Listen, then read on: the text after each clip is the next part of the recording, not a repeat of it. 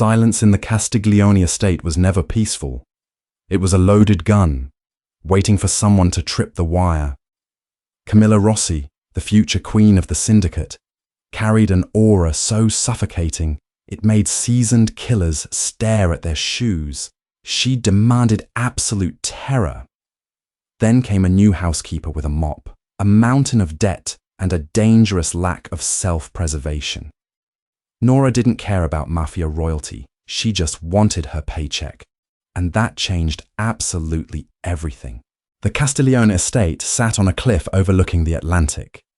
A sprawling monolith of steel, glass, and imported Italian marble. It was a house built on blood money, but it smelled of lemon polish and expensive lavender. Nora Hayes stood in the service kitchen, adjusting the scratchy collar of her grey uniform. She was 26, deeply in debt, and exhausted in a way that sleep couldn't fix. Her knuckles were perpetually raw from hot water and harsh chemicals. She didn't care that the men smoking on the terrace had rap sheets longer than her arm. She cared that they tracked mud onto the floors she had just mopped. Eyes down, do not speak unless spoken to.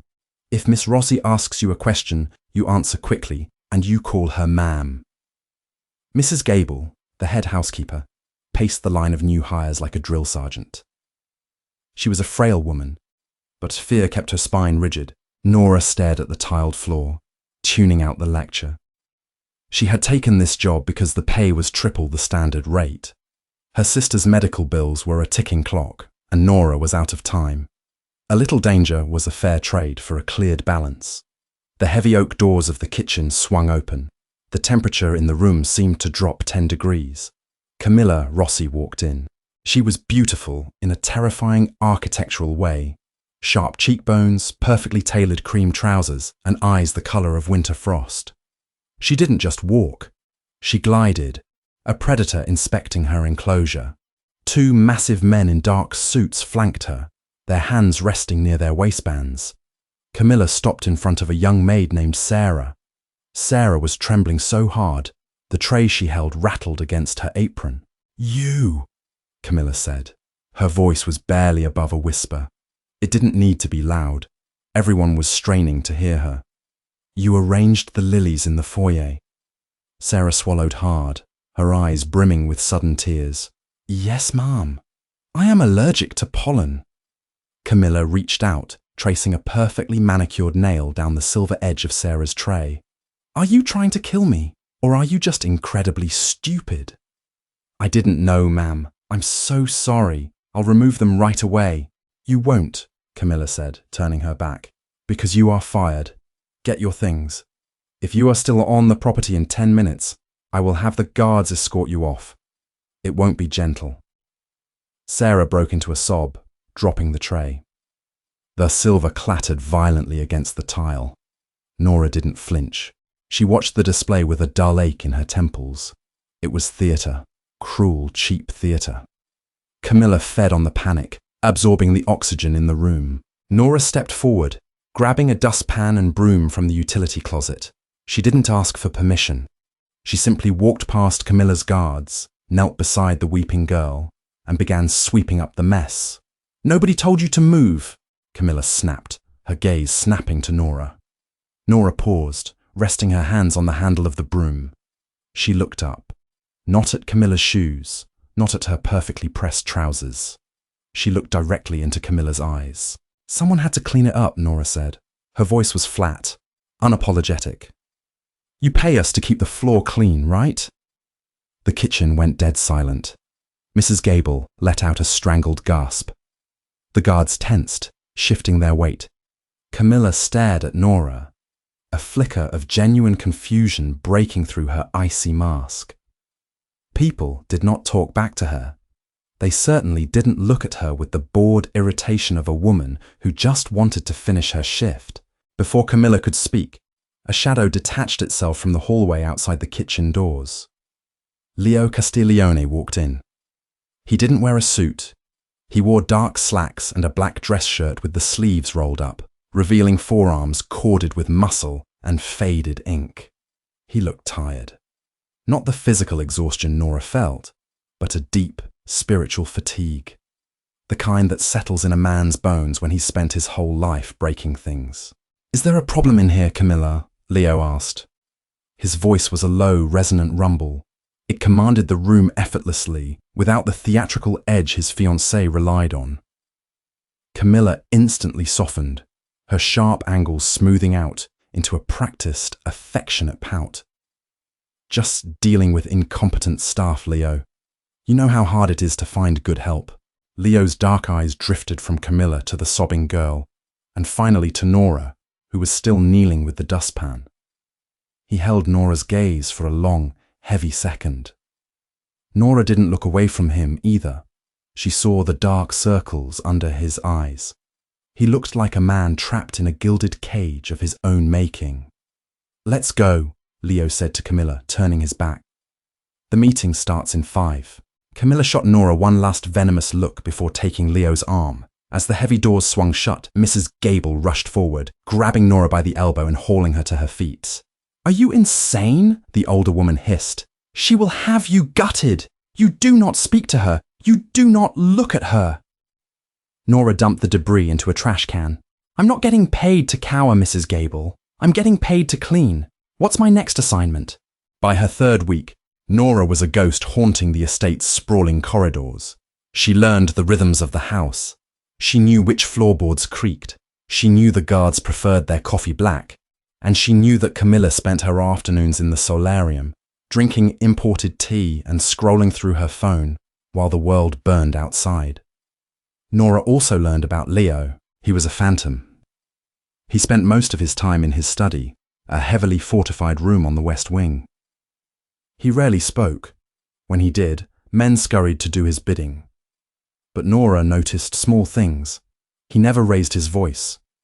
He didn't participate in Camilla's casual cruelty. He seemed to exist in a state of suspended animation, moving through his violent empire out of obligation rather than passion. It was a Tuesday afternoon when the collision finally happened. Nora was assigned to polish the glass in the solarium. It was a tedious job, requiring a ladder and endless circles of a microfiber cloth. The room was a hothouse of rare orchids and suffocating humidity. Camilla was lounging on a chaise, a delicate crystal glass of iced water resting on a side table. She was on the phone, arguing in rapid, vicious Italian. Nora ignored her, focusing on a smudge near the ceiling. Camilla snapped the phone shut, tossing it onto the cushions. She glared at Nora's back. The tension in this room was palpable, a live wire snapping against wet pavement. "You missed a spot," Camilla said.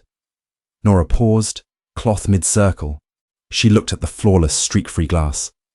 "Where, ma'am?" "Right there, at the bottom." Nora climbed down the ladder. She knelt by the pane, wiping at an imaginary blemish. Camilla stood up. She walked over to the side table, picking up her crystal glass. She didn't drink from it. She walked over to where Nora was kneeling, standing just inches away. Nora didn't look up, but she could see the tips of Camilla's designer heels. Without a word, Camilla opened her hand. The crystal glass hit the marble floor. It exploded. Shards rained across the tiles, water splashing onto the hem of Nora's uniform, soaking into her cheap canvas sneakers. "Clean it up," Camilla whispered. It was a test, a demand for submission. She wanted Nora to scramble. She wanted to see shaking hands and frantic apologies. Nora closed her eyes for a fraction of a second, letting out a slow, measured breath. She didn't scramble. She didn't shake. She stood up slowly, brushing a piece of wet glass from her apron. She looked at Camilla. "You're going to step on a piece in those open-toed shoes," Nora said calmly. "I suggest you move." Camilla's jaw tightened. "Are you giving me orders in my own house, you dirty little wretch?" Nora grabbed a towel from her cart and dropped it over the largest puddle of water.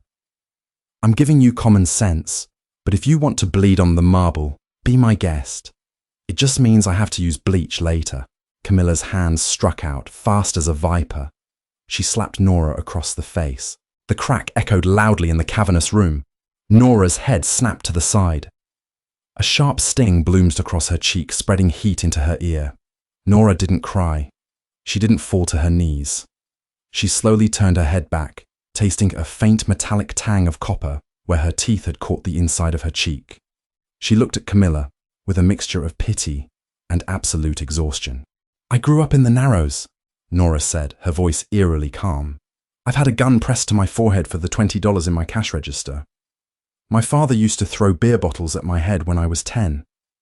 You breaking a cup and slapping me doesn't make my heart pound, Miss Rossi. It just makes you look bored. Camilla's eyes widened. For the first time, the Mafia princess looked entirely out of her depth. Violence was a tool she used to control people. When the tool failed, she had nothing left in her arsenal. Get out, Camilla hissed, her voice trembling with rage. You are dead! You hear me? You are dead! I'll need my final check mailed to me then, Nora replied. She turned to gather her cart. She's not fired! The voice came from the archway. Nora stopped. Camilla whipped around. Leo was standing there. He had one hand resting in his pocket, the other holding a manila folder. His dark eyes were fixed entirely on Nora. He had seen the slap. He had heard the exchange. Leo, Camilla said, her voice instantly changing pitch, morphing into a wounded, breathless tone. This maid was disrespecting me. She threatened me. I heard exactly what she said, Camilla, Leo replied. He walked into the solarium, his heavy boots crunching over the stray shards of glass. He didn't look at his fiancée. He walked straight up to Nora. He reached out. Nora flinched instinctively, anticipating another blow. Leo stopped, his hand hovering in the air. A flash of something, regret, anger, crossed his stoic face. He slowly lowered his hand. Your cheek is bleeding, he said quietly. I'll live, Nora muttered, wiping the back of her hand across her mouth. Go to the kitchen, Leo ordered. Get some ice.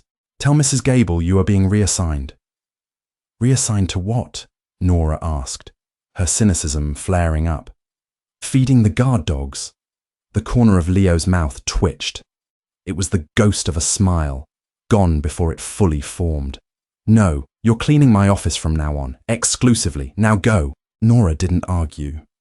She pushed her cart past him, her wet sneakers squeaking on the dry marble as she left the room. Behind her, she heard Camilla's shrill voice echoing. Leo, what are you doing? You can't reward that trash. Enough, Camilla. Leo's voice boomed, finally losing its quiet restraint. It was a terrifying, guttural sound. I am tired of cleaning up your petty messes. Go to your room. Leo Castiglione's office was not what Nora expected. Given the man's reputation, a ruthless enforcer who had taken control of the syndicate through sheer, unyielding violence, she expected a lair. She expected weapons on the walls, dark leather, and the smell of cigars and intimidation. Instead, it was a mess. Books were stacked haphazardly on the floor. Manila folders spilled across a massive mahogany desk. 3 half-empty coffee mugs sat next to a glowing laptop. The heavy velvet curtains were pulled back, letting the brutal grey afternoon light spill across the room. It didn't look like the headquarters of a crime boss. It looked like the workspace of a man drowning in logistics. Nora stepped inside quietly, a bucket of cleaning supplies in her hand. Her cheek was swollen, a faint purple bruise blooming along her jawline. Leo was sitting behind the desk, rubbing the bridge of his nose beneath a pair of reading glasses. He looked up when she entered. I can come back, Nora said, hovering near the doorway. No, come in. Close the door. Nora did as she was told. The heavy door clicked shut, sealing them in a profound, heavy silence. The rest of the house, with its plotting guards and shrieking fiancé, faded away. Where do you want me to start? Nora asked, setting her bucket down. Sit. Leo pointed to a leather chair opposite his desk. I'm on the clock, Mr. Castiglione, and I'm signing your paychecks. Sit down, Nora. She stiffened slightly at the use of her first name, but she walked over and sat. The chair was plush, designed to make the occupant sink low, while the man behind the desk loomed high. It was a classic intimidation tactic. Nora sat on the very edge of the cushion, keeping her spine straight. Leo took off his glasses and tossed them onto the desk. He leaned back, studying her. The silence stretched. It wasn't the volatile, explosive silence that surrounded Camilla. It was heavy, probing. "You aren't afraid of me," Leo said. It wasn't a question. "Should I be?" Nora asked. "Most people are. Most people have something to lose." Nora crossed her arms over her chest. "I don't. You could shoot me in the head right now. And the only thing that would change is that my landlord would have to find a new tenant next month." Leo's gaze sharpened. "Why are you working here? This isn't a normal housekeeping gig. We vet everyone. We know you have a clean record. You don't belong in a house like this." "The pay is good," Nora said simply. "I need the money." "For what?" "That's none of your business." Leo leaned forward, resting his elbows on the desk. "I employ killers, thieves, and sociopaths, Nora. I live in a world where everyone is smiling at me while trying to figure out the best angle to slit my throat. Camilla," he paused, his jaw clenching. "Camilla operates on fear because she doesn't know any other language. But you," he pointed a finger at her, "you looked a woman who could have you buried in the foundation in the eye and told her she was acting like a child. You are an anomaly. And in my world, anomalies are either useful or dangerous. I need to know which one you are." Nora laughed. It was a short, bitter sound. "I'm a maid, Mr. Castiglione. I'm not a threat to your empire. I'm trying to keep my sister in a private care facility because her lungs are failing, and the state hospital practically issued her a death sentence. That's my big, dangerous secret. I need cash, and you people throw it around like it's worthless." Leo stared at her. The harsh lines around his mouth softened slightly. He looked at the bruise on her cheek, the one his future wife had put there. "Is she going to get better?" Leo asked, his voice dropping in volume. Nora swallowed hard. The sudden, genuine question caught her off guard. It stripped away her cynical armor for a split second. "I don't know," she whispered, "but I have to try." Leo reached into his desk drawer. He pulled out a thick stack of $100 bills bound by a paper band. He tossed it onto the desk. It landed with a heavy thud between them. "What's that?" Nora asked, her guard instantly shooting back up. "Hazard pay," Leo said, "for dealing with Camilla and for cleaning this office. I don't take charity." "It's not charity, it's an investment." Leo stood up, walking around the desk. He leaned against the edge of it, towering over her. But he didn't feel imposing. He felt strangely grounding. "I am suffocating in this house, Nora," Leo said quietly, looking down at her. "Everyone lies to me. Everyone caters to me. When you told Camilla off today, it was the most honest thing I've heard in 5 years." He reached out again. This time, Nora didn't flinch. Leo gently grazed his knuckles against her uninjured cheek. His skin was rough, calloused, but his touch was impossibly light. "Keep cleaning my office," Leo said, his voice a low murmur that made the hair on the back of Nora's neck stand up. "Keep telling the truth, and I'll make sure your sister gets the best doctors money can buy." Nora looked up into his dark eyes. She knew exactly what was happening. She was stepping off a ledge. This wasn't just a job anymore. She was being pulled into his orbit, into a dangerous, complicated game with a man who could destroy her with a single word. But as she looked at the exhaustion in his face, she realized something terrifying. She didn't want to run away. Nora picked up the stack of bills, slipping it into her apron pocket. She stood up, grabbing her bucket of supplies. "You're out of glass cleaner," Nora said, her voice steady. "I'll go get some more from the supply closet." Leo watched her walk to the door. "Nora," she paused, hand on the brass knob. "Yes?" "Don't let Camilla catch you alone." Nora glanced back over her shoulder, offering him a grim, humorless smile. "I'm not worried about her, Mr. Castiglione. I've dealt with worse." She opened the door and walked out into the cold, silent hallway. The war hadn't started yet, but the lines had just been drawn, and Nora Hayes was standing on the wrong side. The transition happened in inches, not miles. For the first 2 weeks, Nora treated Leo's office like a minefield. She dusted the mahogany shelves with clinical precision, emptied the trash cans without looking at the discarded papers, and wiped down the leather sofa while holding her breath. She expected the mob boss to snap at any moment. She expected the sudden violence that hovered over the rest of the estate to bleed through the heavy oak door. It never did. Leo Castiglione's office became a strange, quiet purgatory. He was almost always there, seated behind the massive desk, reading ledgers or staring out the reinforced window at the Atlantic. He didn't ignore her, but he didn't crowd her either. Nora learned his habits. He drank his coffee black, but only when it was scalding hot. Once it dipped to room temperature, he wouldn't touch it. He rubbed his left shoulder when a storm was rolling in off the coast. He hated the smell of the lemon polish Mrs. Gable ordered for the house, so Nora started using a scentless beeswax she bought with her own money. He noticed. He didn't say thank you, but he left an extra $50 on the edge of the desk the next day. Nora left it exactly where it was. She wasn't a charity case, and she wasn't a pet. It was a rainy Thursday when the silence finally broke into something resembling a conversation. Nora was kneeling by the fireplace, sweeping out cold ash. The rain lashed against the glass in violent, rhythmic sheets. Leo was on the phone, his voice a low, dangerous rumble. He hung up, tossing the cell phone onto the desk with a heavy clatter. "They're raising the import tariffs at the docks," Leo said to the empty room.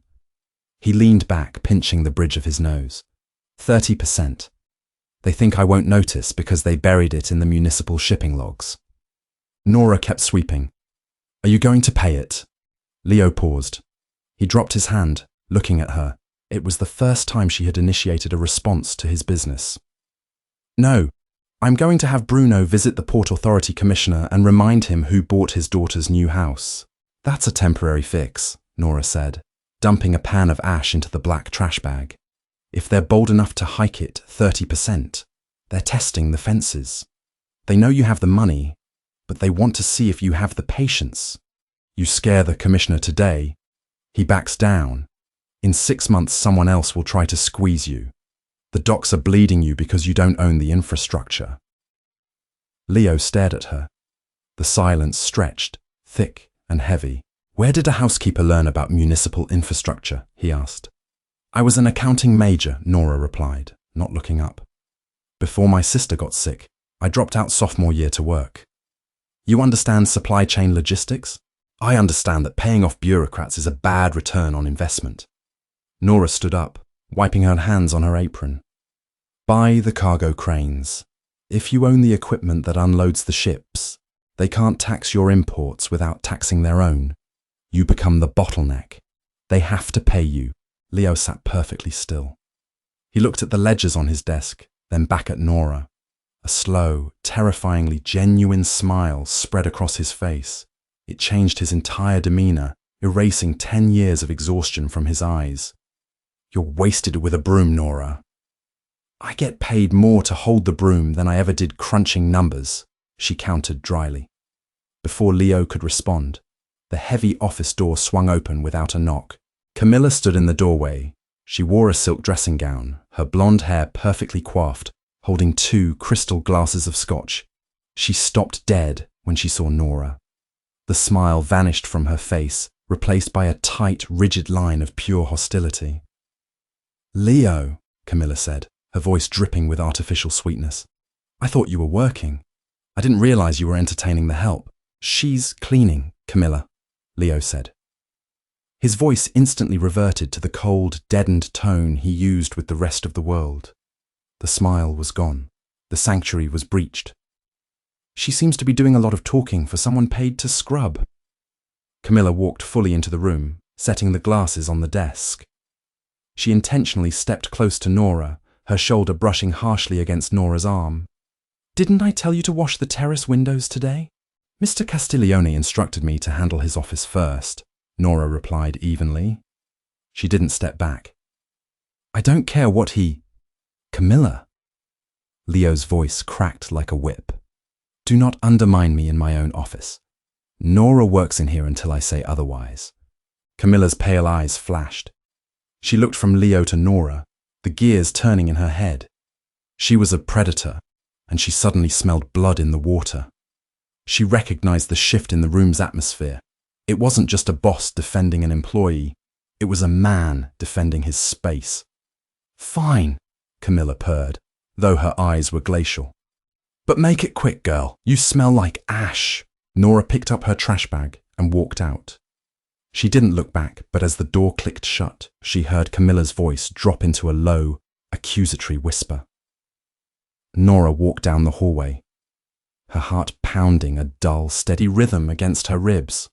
The lines weren't just drawn anymore. Camilla was loading her weapons. 3 nights later, the illusion of safety shattered entirely.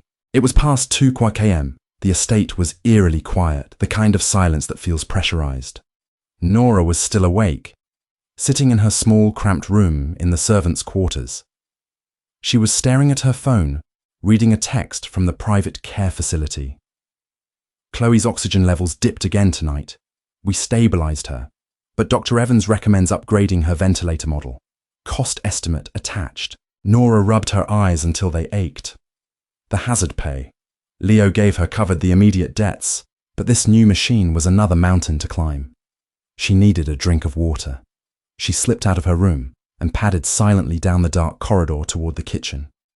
She didn't bother turning on the main lights, navigating by the moonlight spilling through the high windows. As she reached the foyer, a heavy, wet thud echoed from the front doors. Nora froze. The security system hadn't beeped. That meant whoever opened the door had the bypass code. The heavy oak door cracked open. A shadow stumbled inside, leaning heavily against the marble wall. The door clicked shut, sealing them in the dark. The smell hit Nora first. Copper, sharp, metallic, and overwhelming. "Who's there?" a voice rasped. It was Leo. Nora stepped out of the shadows. "It's me." Leo slid down the wall, hitting the marble floor with a heavy grunt. He didn't have his suit jacket. His white dress shirt was soaked in a dark, spreading stain on his left side. His breathing was shallow and ragged. Nora didn't scream. Panic was a luxury she couldn't afford.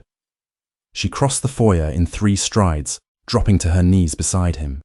"You're bleeding," she said, her hands hovering over the stain. "Astute observation," he choked out, forcing a grimace that was supposed to be a smile. "Need you to go to the office. Bottom drawer, medical kit."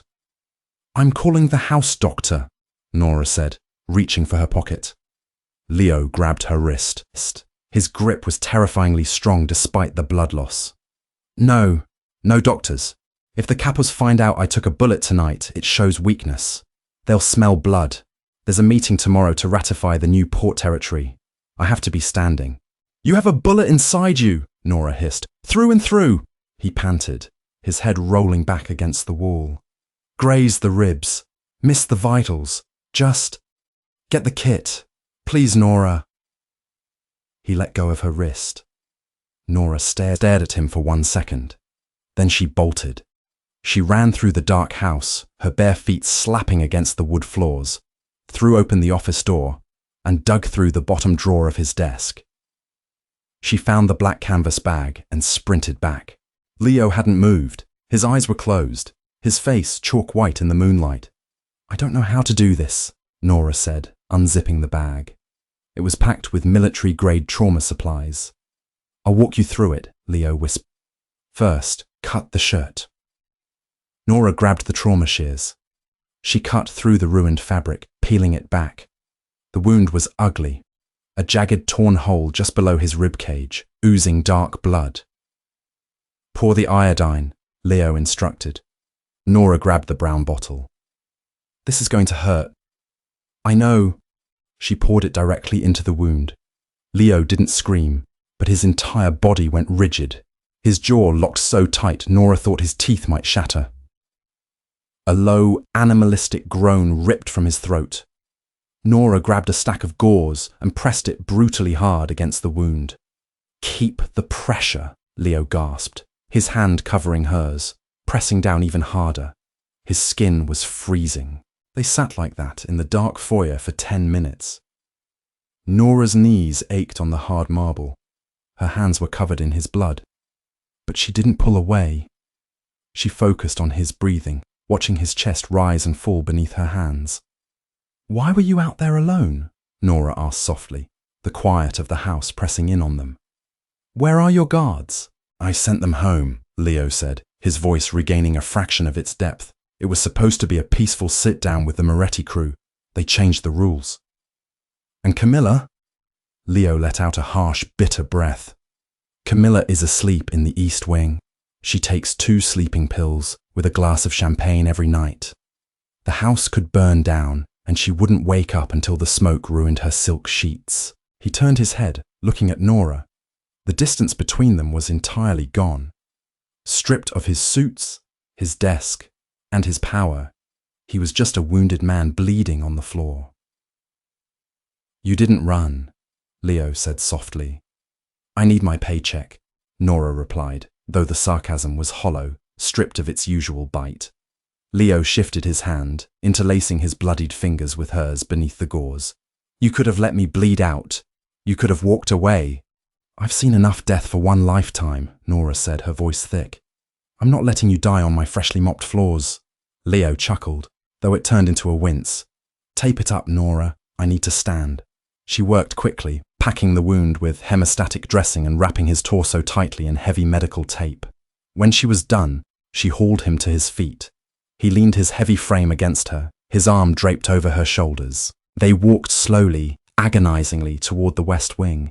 Nora practically dragged him into his bedroom, depositing him onto the edge of the mattress. "I'll clean up the blood in the foyer," Nora said, turning to leave. "Nora." She stopped. "Thank you." Nora looked back at him. The Mafia Boss looked small in the massive empty room. "Get some sleep, Leo." It was the first time she had used his first name. The blood was scrubbed from the marble before sunrise. When the house woke up, it was as if nothing had happened. Leo attended his meeting in a dark suit, his posture rigid, masking the agony of the fresh bullet wound beneath his ribs.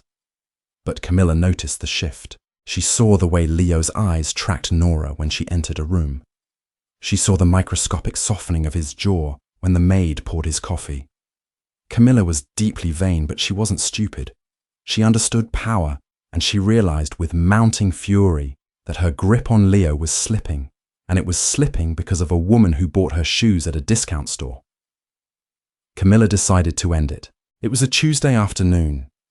The estate was bustling with preparations for a syndicate dinner. Nora was in the secondary laundry room, ironing table linens. Her mind was miles away, calculating the financing rates for Chloe's new ventilator. The heavy door banged open. Nora looked up. 2 of the estate's security guards, massive men named Bruno and Marco, stood in the doorway. Behind them stood Camilla, her arms crossed, a look of triumphant malice on her face. "Step away from the table," Bruno ordered, stepping into the room. Nora placed the iron down. "Is there a problem?" "Search her," Camilla snapped. Bruno grabbed Nora by the arm, roughly pulling her into the center of the room. Nora didn't fight him, but her muscles tensed. Marco walked over to Nora's housekeeping cart, which was parked in the corner. He began throwing supplies onto the floor. Towels, bottles of bleach, sponges. "What are you looking for?" Nora demanded, pulling her arm out of Bruno's grip. "My engagement ring," Camilla said, her voice echoing loudly down the hall, intentionally drawing an audience. Other maids and guards were beginning to gather at the door. "I left it on my vanity this morning. It's gone. And you were the only one assigned to the master wing." Nora's blood ran cold. "I didn't clean your vanity today. I was in the library." "Liar," Camilla hissed. "Got it." Marco pulled a small velvet pouch from the bottom of Nora's cart, hidden beneath a stack of trash bags. He opened it, dumping a massive 5-carat diamond ring into his palm. A collective gasp echoed from the staff gathered in the doorway. Nora stared at the ring. The trap was so blatant, so aggressively simple, it was brilliant. "I didn't put that there," Nora said. Her voice was steady, but her heart was hammering against her ribs. "You filthy, ungrateful thief!" Camilla stepped forward. "Leo gave you charity, and you rob us blind to pay for your defective sister." Nora snapped. The insult to Chloe cut through her restraint like a razor. She lunged forward, not at the guards, but at Camilla, Bruno caught her instantly, slamming her backward into the wall. The impact knocked the wind out of her, sending a sharp pain down her spine. He pinned her arms, holding her in place. "Take her to the basement," Camilla ordered, her eyes shining with manic glee. "I'll deal with her myself." "Take who to the basement?" The crowd at the door parted instantly. Leo stood there. He looked terrible. His face was pale, his movements stiff, the concealed wound clearly taking its toll. But his presence was absolute. Camilla's triumphant smile widened. "Leo, darling, we found the rat. She stole my ring. Marco just pulled it out of her cart." Leo looked at the ring in Marco's hand. Then he looked at Nora, pinned against the wall by Bruno. "Let her go," Leo said quietly. Bruno hesitated. "Boss, I said, let her go." The volume didn't rise, but the lethal threat in Leo's tone made Bruno release Nora instantly. Nora stumbled forward, rubbing her bruised shoulders, her eyes locked on Leo. "Leo, what are you doing?" Camilla asked, her voice shrill. "She stole from me. The punishment for stealing from the family is a broken hand. You wrote that rule." Leo walked into the room. He didn't look at Camilla. He walked up to Marco, plucking the ring from the guard's palm. He held it up to the harsh fluorescent light of the laundry room. "This is your ring, Camilla?" Leo asked. "Yes, of course it is." "Fascinating," Leo said flatly, "because I have your real engagement ring in the wall safe in my office. I noticed a loose prong on it 3 days ago and put it away to have the jeweler fix it." The room went dead silent. You could hear the faint hum of the washing machines. Camilla's face drained of color. "What?" Leo turned to look at her, his eyes dead and unblinking. "You bought a cubic zirconia replica 6 months ago to wear when you travel. That is what this is, a cheap fake. You planted a fake ring in her cart to frame her." "Leo, no, I didn't. Shut up." Leo's voice finally cracked into a roar, the sound vibrating off the tiled walls. Several guards took an involuntary step back. Leo closed the distance between him and Camilla. She shrank back, true fear finally bleeding into her eyes. "You think I don't see you, Camilla?" Leo said, his voice dropping back to a lethal whisper. "You think I don't know what you are? You play these pathetic, cruel little games because you are empty inside. You framed a woman trying to keep her family alive because you were jealous that she commands more respect in this house with a mop than you do with my name." Camilla was shaking. Tears ruined her perfect makeup. "I am your fiancée." "Not anymore." Leo tossed the fake ring. It hit Camilla in the chest and clattered to the floor. "Pack your bags," Leo ordered. "Bruno will drive you to your father's house in the city. If I ever see you on my property again, I will forget who your father is. Do you understand me?" Camilla opened her mouth to speak, but the look in Leo's eyes suffocated the words in her throat. She spun around and pushed her way through the crowd, sobbing in humiliation. Leo turned back to the room. "Everyone out, now!" Within 10 seconds, the room was empty. Only Leo and Nora remained. Nora leaned against the ironing board, her legs trembling slightly now that the adrenaline was fading. She looked at the man standing in front of her. He had just fractured an alliance with one of the biggest families in the state to protect a maid. "You didn't have to do that," Nora said quietly. "You just started a war. I've been looking for an excuse to start a war with her father for a year," Leo said, leaning heavily against the counter, his hand pressing subconsciously against his wounded ribs. "She just gave me the opening." Nora walked over to him. She gently pulled his hand away from his side. Blood was seeping through his white shirt again, the sudden movement tearing the stitches she had put in. "You're bleeding again," Nora said, her voice shaking just a little. "It's just blood, Nora." Leo reached up, cupping the side of her face. His thumb brushed over the fading bruise Camilla had left weeks ago. "Are you okay?" Nora looked up at him, shedding the last of her cynical armor. "I'm fine," she whispered. "But you're a mess." Leo smiled. It was a real tired smile. Then clean me up. The morning after Camilla's expulsion, the Castiglione estate woke to a different kind of silence. It was no longer the breathless, terrified quiet of waiting for a tyrant's tantrum. It was the heavy, steel-braced silence of a fortress preparing for a siege. Camilla's father, Carmine Rossi, was an old-school brute. He didn't understand logistics or supply chain leverage. He understood bruised egos and blood debts. By noon, 2 of Leo's transport trucks were hijacked on the interstate. By dusk, a warehouse in the Harbour District was reduced to smoking ash. Nora didn't put her uniform on that morning. She woke up in her small room in the servants' quarters, staring at the grey canvas dress folded over her chair. Instead, she put on her own clothes, a pair of dark jeans and a plain black sweater. When she walked into the kitchen, the usual morning clatter stopped dead. Mrs. Gable dropped a handful of silverware into the sink with a loud clatter.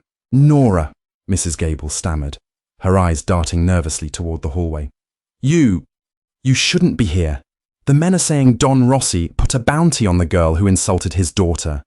You need to pack your things and disappear." "Disappearing costs money, Mrs. Gable," Nora said, walking over to the commercial coffee maker and pouring herself a mug. "And I have a sister attached to a very expensive machine. I'm not running." She walked past the staring kitchen staff, down the long corridor, and pushed open the heavy oak doors to Leo's office. Leo was leaning over his massive mahogany desk. The surface was buried under blueprints, shipping manifests, and burner phones. His jacket was discarded, his sleeves rolled up, revealing the heavy bandages wrapping his torso. He looked up as Nora entered. He didn't look surprised to see her in regular clothes. "Rossi is burning his own money just to send a message," Leo said, his voice ragged from lack of sleep. "He torched the warehouse, lost $3 million in imported electronics just to show me he could." Nora walked over, setting her coffee down. She pulled a ledger toward her, flipping through the handwritten entries. "He's acting on emotion. Emotion is expensive. It's also dangerous. He has more men than I do, Nora.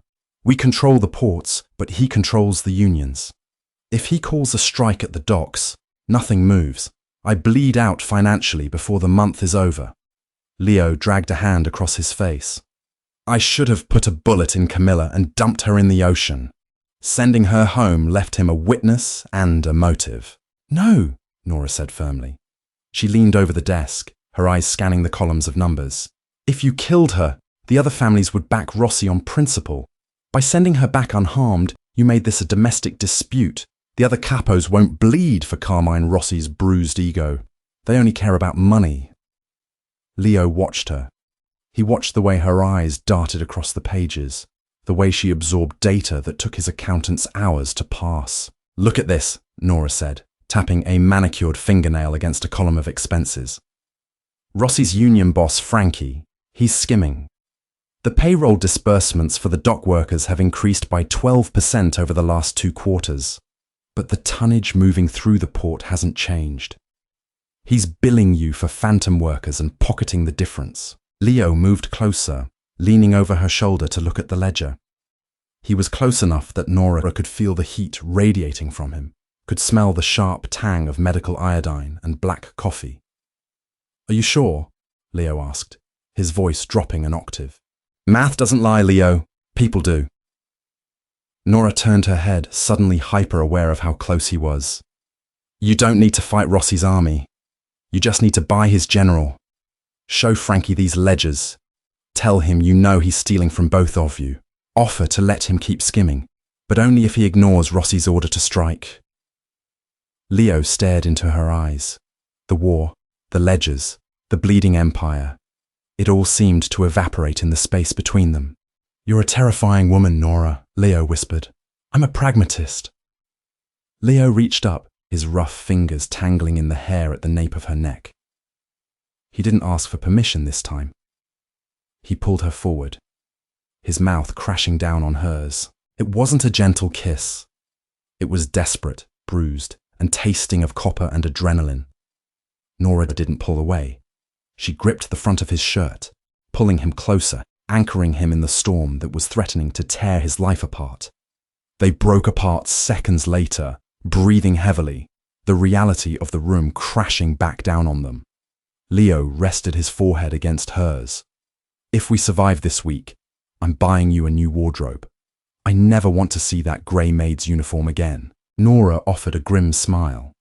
Let's make sure we have a house to put the wardrobe in first. The storm hit on the fourth night. It was a brutal Atlantic squall, throwing sheets of horizontal rain against the reinforced glass of the estate.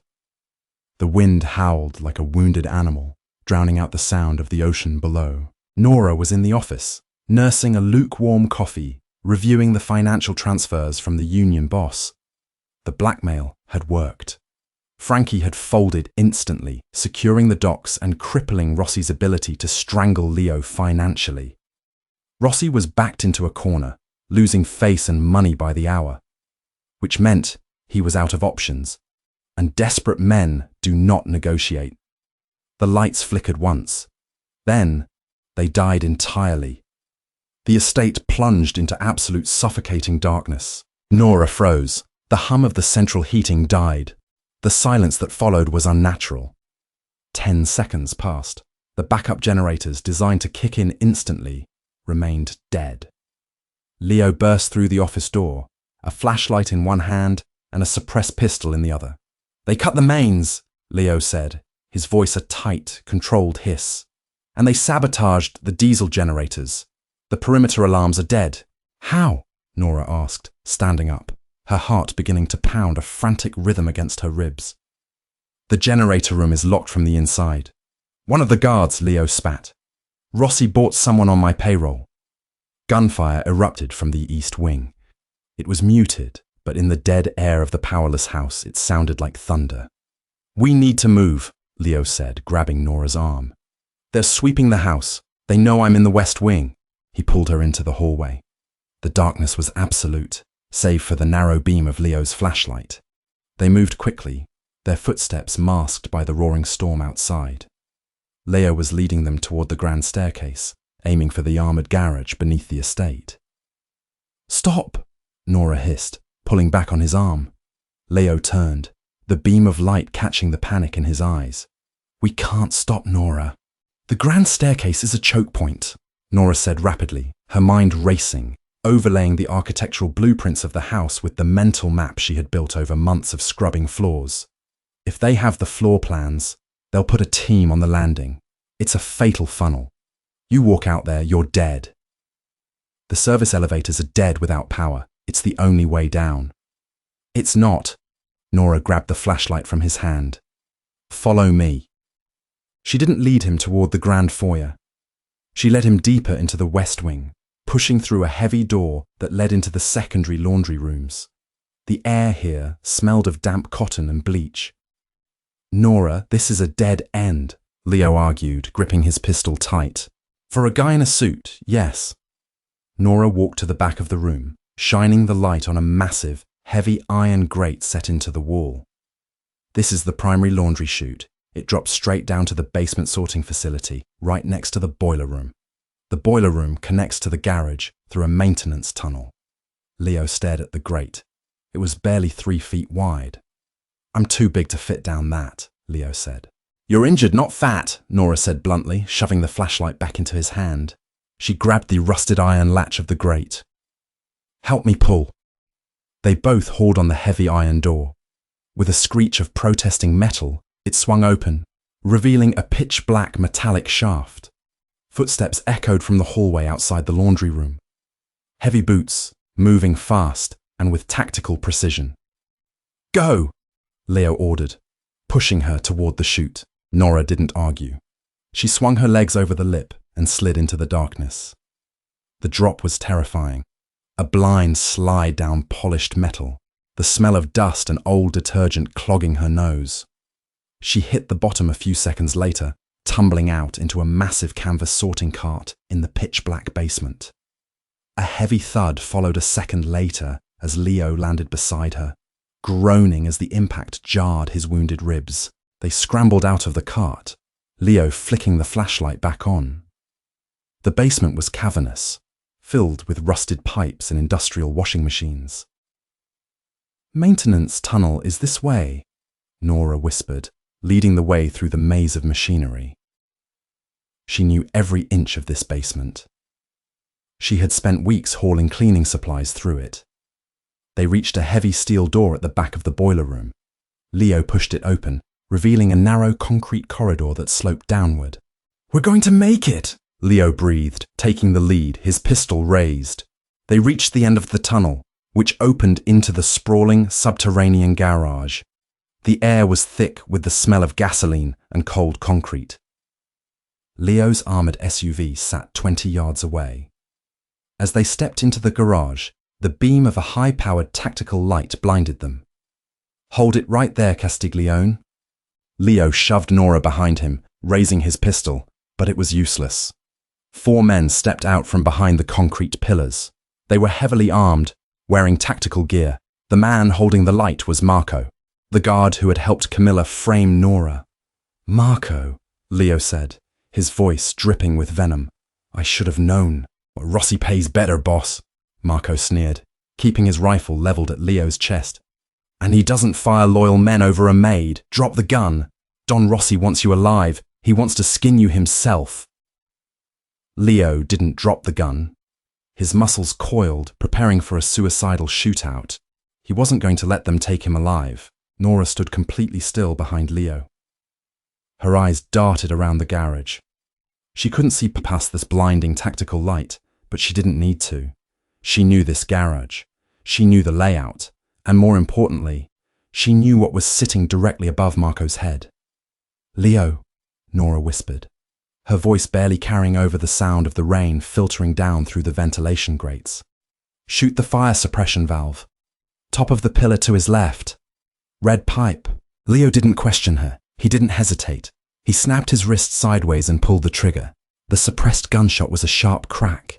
The bullet shattered the heavy brass valve on the ceiling. The industrial fire suppression system didn't use water in the garage. It used a chemical foam designed to smother oil fires. A deafening hiss filled the room as highly pressurized, thick white foam violently erupted from the ceiling directly onto Marco and his men. The hit squad shouted in panic, instantly blinded. The chemical foam was suffocating, coating their tactical goggles and weapons in a thick, unyielding slime. Marco fired blindly, the bullets ricocheting wildly off the concrete floor, nowhere near Leo and Nora. "Move!" Leo roared. They sprinted toward the armored SUV. Leo hit the remote unlock, yanking the passenger door open for Nora before vaulting into the driver's seat. He slammed his foot on the gas. The massive engine roared to life. Leo didn't bother waiting for the garage doors to open. He rammed the reinforced grille of the SUV directly through the steel bay doors, tearing them off their tracks, and plunged out into the screaming storm. Carmine Rossi didn't survive the week. He had played his final card with the hit squad, exhausting his capital and his men. When the attack failed, the other syndicate families saw the weakness. Leo didn't even have to order the hit. One of Rossi's own lieutenants, eager to absorb the old man's territory, put a bullet in the back of Carmine's head over breakfast and delivered his ring to Leo as a peace offering. The war was over. The empire had shifted. 6 months later, the Castiglione estate was bathed in the warm light of late spring. The heavy, oppressive atmosphere that used to choke the hallways was gone. The guards still walked the perimeter, the money still flowed through the ports, but the senseless cruelty had been excised like a tumor. Nora walked through the grand foyer. She wasn't carrying a bucket. She was wearing a tailored charcoal suit, holding a leather tablet case. Her heels clicked sharply against the marble floors she used to scrub. She passed Mrs. Gable in the hallway. "Good morning, Nora," Mrs. Gable said, offering a warm, genuine smile. There was no fear in the older woman's eyes anymore. "Morning, Mrs. Gable. Are the caterers confirmed for the summit tomorrow?" "Yes, all handled. They're setting up the pavilions on the south lawn as we speak." Nora nodded and pushed open the heavy oak doors to the West Wing office. Leo was sitting behind his desk. He looked healthier. The dark circles under his eyes had faded, replaced by the sharp, focused energy of a man completely in control of his domain.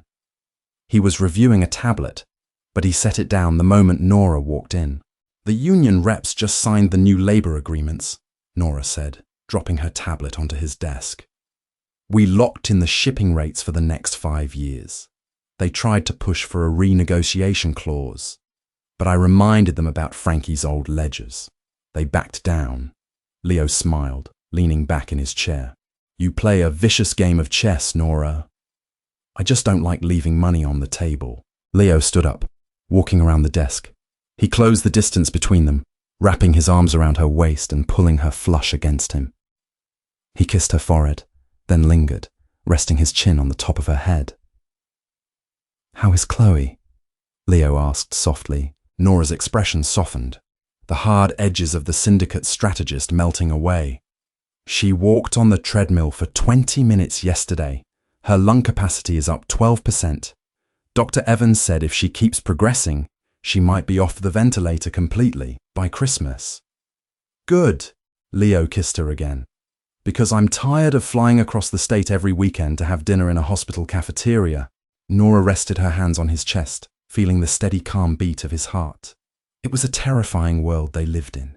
It was built on violence and shadows, and she harbored no illusions about the man she loved. He was a killer, a boss, a king in a dark underworld, but he was her king. I need to go review the security protocols for the summit, Nora said, reluctantly pulling back. The Moretti family is bringing their new underboss, and I don't trust him. Let Bruno handle the security, Leo said, catching her hand. Take a break, Nora. Bruno doesn't know how to cross-reference their driver manifests, Nora countered with a smirk. I do. Leo let out a low laugh, shaking his head. I gave you the keys to my kingdom, and you turned it into a spreadsheet. I turned it into a fortress, Nora corrected, turning toward the door. She paused with her hand on the brass knob, looking back over her shoulder at the man who had pulled her out of the ashes. By the way, Nora said, her eyes glinting with dry amusement. The new girl in the East Wing missed a spot on the terrace windows. Remind me to show her how to properly cut the glass cleaner. Leo chuckled. Get out of my office, Nora. Nora smiled and walked out, closing the door behind her. She walked down the sunlit corridor, a woman who had walked into a lion's den with nothing but a mop and a mountain of debt, and had walked out holding the leash. Silence in the Castiglione estate was no longer a loaded gun. It was just peace, and Nora had earned every single second of it. If you felt your heart pounding through Nora and Leo's intense journey from the shadows of the Castiglione estate to total syndicate domination, make sure you hit that like button. This is just one of many thrilling stories we have coming your way. Don't miss out on more gripping, high-stakes romance. Subscribe to the channel right now and turn on notifications so you never miss an upload. Share this video with your fellow dark romance fans and drop a comment below telling us your favorite moment between Nora and Leo. See you in the next one.